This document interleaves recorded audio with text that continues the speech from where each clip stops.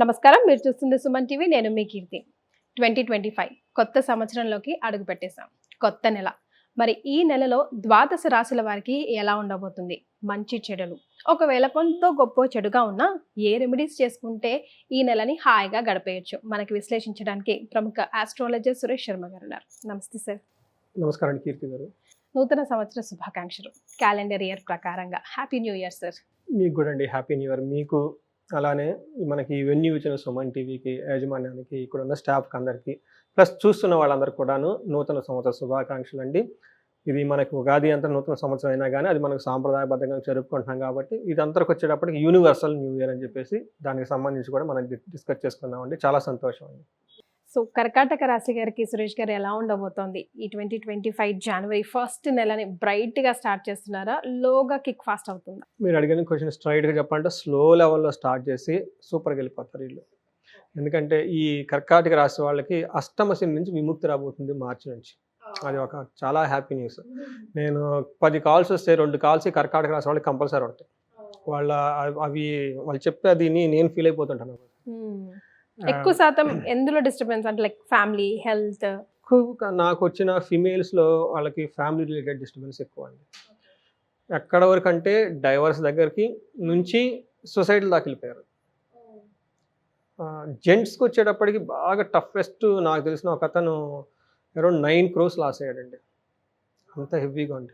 9 crores అండి. అందుకే తను 12-13 సంవత్సరాల నుంచి సంపాదించిన ధనం అంతా ఈ టైంలో పోయింది. సరే, మిమ్మల్ని అప్రోచ్ అయ్యారు, మీరు రెమెడీస్ చెప్తారు, లేదు ఈ టైం వల్ల మీది ఇలా ఉంది, కొంచెం ఇది కరెక్ట్ చేసుకోండి, ప్రాబ్లమ్ సాల్వ్ అవుతుందంటే ఫాలో అవుతారండి? జెన్యూన్గా ఫాలో అయ్యి అట్లీస్ట్ అక్కడ వరకు వెళ్ళకుండా బ్యాక్ వచ్చే గురుగారు మీరు చెప్పిన దాని వల్ల మేము బయటపడ్డామండి అని చెప్పే వాళ్ళు ఉంటారా? లేకపోతే 2 రకాలండి.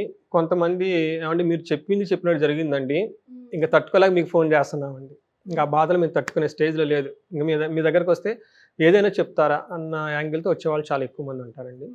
కొంతమంది పాపం వీళ్ళకి ఈ విషయం తెలవక బిజినెస్ అదేంటంటే awareness is the key to success అంటారు. జ్యోతిష జ్ఞానం ఉంటే శోకం ఉండదంటే ఎందుకనే ఈ 9 లక్షలు పోగొట్టుకున్న ఆయన అట్లీస్ట్ ఒక ఆస్ట్రాలజర్ కనుక కలిసి చూపించుకొని ఉంటే పీరియాడికల్గా వాళ్ళు ఖచ్చితంగా చెప్తారు ఇది మీకు అష్టమశని ఉంది. ఎవరైనా చెప్తారండి ఈ టైంలో ఫైనాన్షియల్ లాస్ వచ్చే అవకాశం ఎక్కువగా ఉంది, కేర్ఫుల్గా ఉండాలి. మనం ఏం చేస్తుంటే కొంచెం లాస్ రాగానే సెన్సే ఆపేయాలి.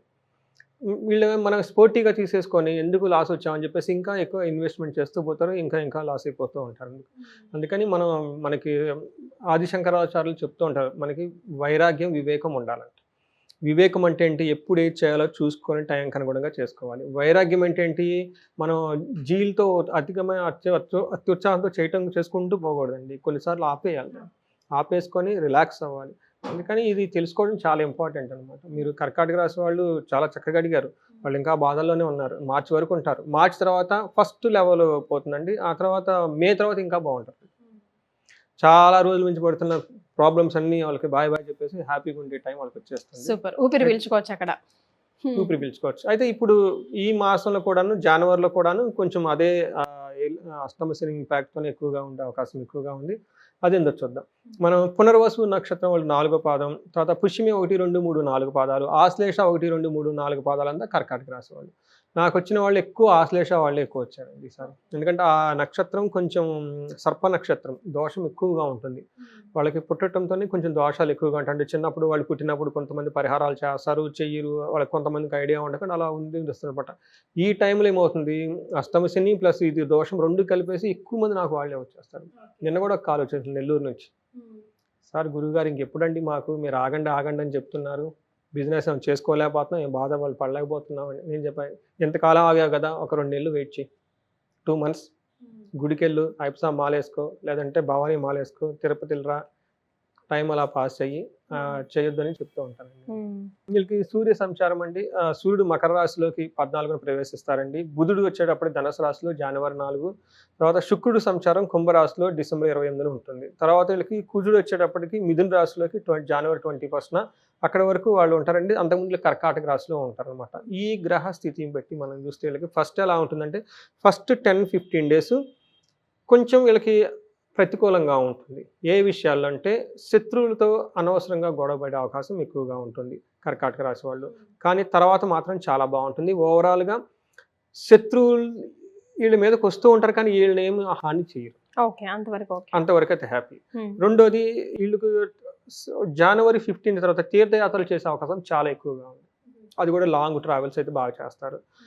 ఫస్ట్ వరకు వీళ్ళకి కుజుడు యొక్క ఇంపాక్ట్ వల్ల శత్రువులకు ఇబ్బంది పెడుతూనే ఉంటారు కంటిన్యూస్గా, బట్ వాళ్ళైతే హాని చేయరు. రెండోది భార్యతోటి పుత్రులతోటి గొడవలయ్యే అవకాశం ఎక్కువగా ఉంది. తర్వాత బట్ ఓవరాల్ ఈ మంత్ అంతా వాళ్ళకి ధన ప్రవాహం ఉంటుంది, విజయవంతంగా ఉంటుంది. హ్యాపీ ఎండింగ్ అనమాట. ఓకే. వీళ్ళకి బాధలతో స్టార్ట్ అయ్యి విజయము హ్యాపీనెస్తో వెళ్ళిపోతుంది. జనవరి ఫిబ్రవరి ఇంకా బాగా రిలీఫ్, జనవరి ఫిబ్రవరి ఇంకా రిలీఫ్ వచ్చేసింది. మార్చి నుంచి ఇంకా బాగుంటారు వీళ్ళు. ఇప్పుడు 7వ ఇంట్లో ఉండటం వల్ల ఏమవుతుందంటే జనరల్గా భార్యతో గొడవలు, ఉత్సాహంగా ఏదైనా పని చేయాలనుకుంటే భంగపరిచే వాళ్ళు ఎక్కువగా ఉంటారు. 7వ ఇంట్లో ఎవరు ఉన్నారండి? వీళ్ళకి 7వ ఇంట్లో సూర్యుడు వెళ్తున్నాడండి. సూర్యుడు 7వ ఇంట్లో ఉండటం వల్ల ఏమవుతుందంటే ఒకటి తీర్థయాత్రలు చేస్తారు.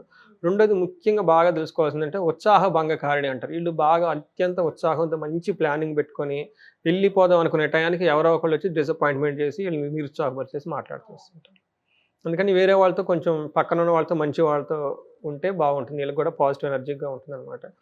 అయితే తన వాళ్ళతో గొడవ పడే అవకాశం ఎక్కువగా ఉంది. ఈ ఆటంకాలు పరిచే వాళ్ళు ఎక్కువ అంటే వాళ్ళ ఇంట్లో వాళ్ళే డిసప్పాయింట్మెంట్ చేస్తూ ఉంటారు. అందులో వాళ్ళ ఫాదర్ కానివ్వండి, గవర్నమెంట్ రిలేటెడ్ కానివ్వండి, ఈ టైపు వాళ్ళు వచ్చేసి అనవసరంగా భార్యతో గొడవలు పడటం, ఇలాంటి ప్రాబ్లమ్స్తో వీళ్ళు కొంచెం సతమతమయ్యే అవకాశం ఎక్కువగా ఉంది. ఓకే. కుజుడు వీళ్ళకి మరలా ఫస్ట్ హౌస్లో ఉండటం వల్ల గాయాలయ్యే అవకాశం ఎక్కువగా ఉంటుంది వీళ్ళకి. తర్వాత భార్య బంధువులతోటి ఎక్కువ గొడవలయ్యే అవకాశం ఎక్కువగా ఉంది. ఇంకొకటి ఈ రాశి వాళ్ళు యక్ష రాక్షస పీడలు, నేను లాస్ట్ మంత్ కూడా చెప్పాను వీళ్ళకి. ఈ మంత్ జనవరి 21 వరకు యక్ష రాక్షస పీడలు అంటారు. అంటే ఏమంటే నైట్ టైం పడుకుంటే కాళ్ళు జిమ్మని లాగటం, తర్వాత అన్ఎక్స్పెక్టెడ్గా హెల్త్ కాంప్లికేషన్స్ రావటం, డాక్టర్ గారి దగ్గరికి వెళ్ళినా కానీ ఏముండవంటారు.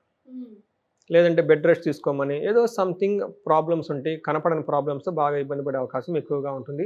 వీళ్ళకి వాహనాలు నడిపేటప్పుడు కొంచెం కేర్ఫుల్గా ఉండడం చాలా చాలా ఇంపార్టెంట్ జనవరి 21 వరకు. ఇదంతా మనకి కుజుని వల్ల వస్తుందండి.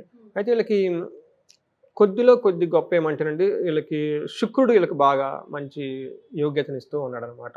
ఎలాంటి యోగ్యతనిస్తారంటే వీళ్ళకి దుఃఖనాశం, మహాసౌఖ్యం, బంధుమిత్ర సమాగమ, రాజదర్శనం, అర్ధప్రాప్తి అని చెప్తూ ఉంటారు. దీని మూలంగా ఏంటంటే ఇంట్లో ఉండటం వల్ల గొప్ప లగ్జరీగా సుఖంగా ఉంటారు. రెండోది బంధుమిత్రులను కలుస్తూ ఉంటారు. సో బంధుమిత్రులను కలుస్తారు, కలిసిన తర్వాత గొడవలే అవకాశం ఎక్కువగా ఉంది. అందుకని కలవటం అయితే హ్యాపీ న్యూస్. గొడవల కోసం కంటే మీరు కొంచెం ఇంటర్పర్సనల్ స్కిల్స్ని చాలా చక్కగా మెయింటైన్ చేస్తూ ఉండాలి. వాళ్ళు ఒక మాట అన్నా కానీ పట్టించుకోకుండా ఓకే మనోళ్ళు అన్నారులే అన్నట్లు వెళ్ళిపోతూ ఉండాలి, చూసి చూడనట్టుగా ఉండాలి. రాజదర్శనం, వీళ్ళు ఈ టైంలో ఖచ్చితంగా హైఫై అఫీషియల్స్ని కంపల్సరీ కలుస్తారు. వాళ్ళ దగ్గర వీళ్ళకి కావాల్సిన విషయాలను చెప్పి వాళ్ళని కన్విన్స్ చేసుకొని వాళ్ళ ద్వారా సానుకూలంగా రెస్పాన్స్ చూపించుకునే దాంట్లో చాలా చక్కగా ఉంటారు. కీర్తి బాగుంటుంది, ధనలాభం బాగుంటుంది, అన్ని విధాల అభివృద్ధి అయితే ఉంటుంది. శుక్రుడు వీళ్ళకి చాలా చక్కగా యోగ్యతను ఇస్తున్నాడని మనం చెప్పుకోవాలి. సో నక్షత్రాల పరంగా మరి ఎలా ఉండబోతుందండి? ఇందులో 3 నక్షత్రాలు ఉంటాయండి, పునర్వసు, పుష్యమి, ఆశ్లేష. పునర్వసు నక్షత్రం వాళ్ళకి 2 ఛాలెంజెస్ ఉన్నాయి, 2 అపార్చునిటీస్ ఉన్నాయి. ఏం అపార్చునిటీస్ అంటే వీళ్ళు చక్కగా షాపింగ్లు చేసి కొత్త వస్తువులన్నీ కొనుక్కొని బాగుండే అవకాశం ఎక్కువగా ఉంది. వీళ్ళకి ప్రమోషన్స్ వచ్చే అవకాశం కూడా ఎక్కువగా ఉంది. ఛాలెంజ్ ఎక్కడుందంటే హెల్త్ ఫైనాన్షియల్గా బాగా ప్రాబ్లం అయ్యే అవకాశం ఎక్కువగా ఉంది. వీళ్ళు ఎప్పటి నుంచో ఏదో ఒక పని చేసి మరణతుల్య సంబంధం అంటారంటే ఏదో ఒక పని ఇంతకుముందు ఎప్పుడో స్టార్ట్ చేసి రిజల్ట్ వస్తుంది, లేకుంటే అభివృద్ధి చెందుతాము, గ్రోత్ అవుతుంది, లేదంటే బాగా సుఖపడతాం అనుకున్న అలాంటి వాటికి భంగం కలిగి వీళ్ళకి ప్రాబ్లం అయ్యే అవకాశం ఎక్కువగా ఉంది. పుష్యమి నక్షత్రం కనుక చూసుకుంటే వీళ్ళకి 3 విషయాలు చాలా బాగుంది, 3 విషయాలు టఫ్గా ఉంది. ఏ విషయంలో బాగుందంటే వీళ్ళకి వస్త్రలాభం ఉంటుంది, రాజ్యలాభం ఉంటుంది, ఫారిన్ వెళ్ళాలనుకునే వాళ్ళకి ఖచ్చితంగా మంచి ఆపర్చునిటీ ఉంది. ఇది కూడా జనవరి 12 పైన వీళ్ళకి చాలా అనుకూలంగా ఉంది. వీళ్ళకి ఛాలెంజెస్ 2 ఉన్నాయండి. ఒకటి బంధనము, జనవరి 13 వరకు ఏదో ఒక విషయంలో బంధింపబడినట్లుగా ఉంటారు వీళ్ళు.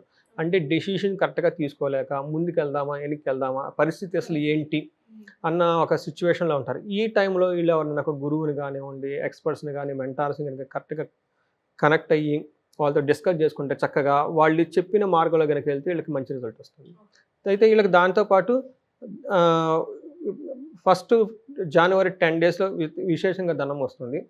ఆ తర్వాత లాస్ట్ 10 డేస్ ధనానికి కాంప్లికేటెడ్ ఇబ్బంది పడే అవకాశం ఎక్కువగా ఉంది. ఈ విషయాన్ని గుర్తుపెట్టుకోవాలి. జనవరి 12 వరకు వీళ్ళకి బంధించబడినట్లు ఉంటారు, మరణతుల్య సిచ్యువేషన్స్ వచ్చే అవకాశం ఎక్కువగా ఉంది. కాబట్టి పుష్యమి నక్షత్రం వాళ్ళు కొంచెం కేర్ఫుల్గా ఉండాలి. అది ఆశ్లేష నక్షత్రం వాళ్ళకి వీళ్ళకి ధనప్రాప్తి చాలా బాగుంటుంది. వారిని వెళ్ళాలనుకున్న వాళ్ళకి చాలా చాలా కలిసి వస్తుంది. తర్వాత రాజ్యలాభం ప్రమోషన్స్ వచ్చే అవకాశం కూడా ఎక్కువగా ఉంది. అయితే 3 విషయాల్లో చాలా జాగ్రత్తగా ఉండాలి. ఒకటి ఫైనాన్షియల్ స్ట్రగుల్స్, ఇది కూడాను లాస్ట్ వీక్ ఆఫ్ జనవరి మాత్రం ఇబ్బంది పడతారు. తర్వాత వీళ్ళు జనవరి 22 వరకు ఏదో ఒక విషయంలో బంధించబడినట్లు ఉంటారు. స్టాగ్నేటెడ్ సిచ్యువేషన్ ఎట్టాలని అర్థం కాకుండా ఈ టైంలో మంచి జ్యోతిష్కులను కలిసిన, గురువు లాంటి వాళ్ళని కలిసిన, సబ్జెక్ట్ మ్యాటర్స్ ఎక్స్పర్ట్స్ని కలిసినా కానీ వాళ్ళు వీళ్ళకి డైరెక్షన్ ఇస్తారు. ఆ డైరెక్షన్లో వెళ్తే బాగా కలిసి వచ్చేస్తుంది. తర్వాత వీళ్ళకి ప్రమోషన్స్ వచ్చే అవకాశం ఎక్కువగా ఉంది కూడా. ఇది కూడా జనవరి 2nd ఎండ్లో ఈ ఆశ్లేష నక్షత్రం వాళ్ళకి మంచి ప్రమోషన్స్ వచ్చే అవకాశం ఎక్కువగా ఉంది. ఇది వాళ్ళకి హ్యాపీ న్యూస్ అని చెప్పాలి ఆశ్లేష నక్షత్రం వాళ్ళకి. ఎందుకంటే ఈ నక్షత్రం వాళ్ళు, నాకు ఎక్కువ మంది ఫోన్లు చేసిన వాళ్ళు ఈ నక్షత్రం వాళ్ళు, మీకు ఇందాక చెప్పినట్లు చాలా బాధలు ఉన్నాయి. అందులోనే ఈ టైంలో ఫారిన్ వెళ్ళాలనుకున్న వాళ్ళకి, ప్రమోషన్స్ ఎక్స్పెక్ట్ చేసుకున్న వాళ్ళకి, ఎంప్లాయ్మెంట్గా కావాలనుకున్న వాళ్ళకి బెటర్ ఆపర్చునిటీస్ అయితే ఉన్నాయండి. రైట్. మరి వీళ్ళందరికీ ఏం రెమెడీస్ సూచిస్తారండి?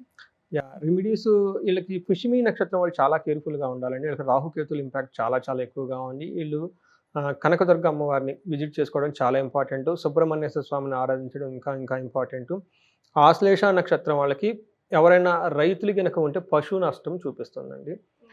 తర్వాత ధననాశనం కూడా చూపిస్తుంది. సో వీళ్ళకి ఏం చేస్తే బెటర్గా ఉంటుందంటే, ఈ రాశి వాళ్ళు ప్రతి ఒక్కళ్ళు అమృత మృత్యుంజయ పాశుపత హోమం కనుక చేయించుకోగలిగితే, వన్ డే హోమం కనుక చేయించుకోగలిగితే ఈ మృత్యుకి సంబంధించిన విషయాలన్నీ కానీ, బిజినెస్లకు సంబంధించి కానీ, వాళ్ళకి ఏదైతే కనుక అభివృద్ధి రావట్లేదో, టఫ్గా ఉందో దాని ద్వారా వచ్చే అవకాశం ఎక్కువగా ఉంది.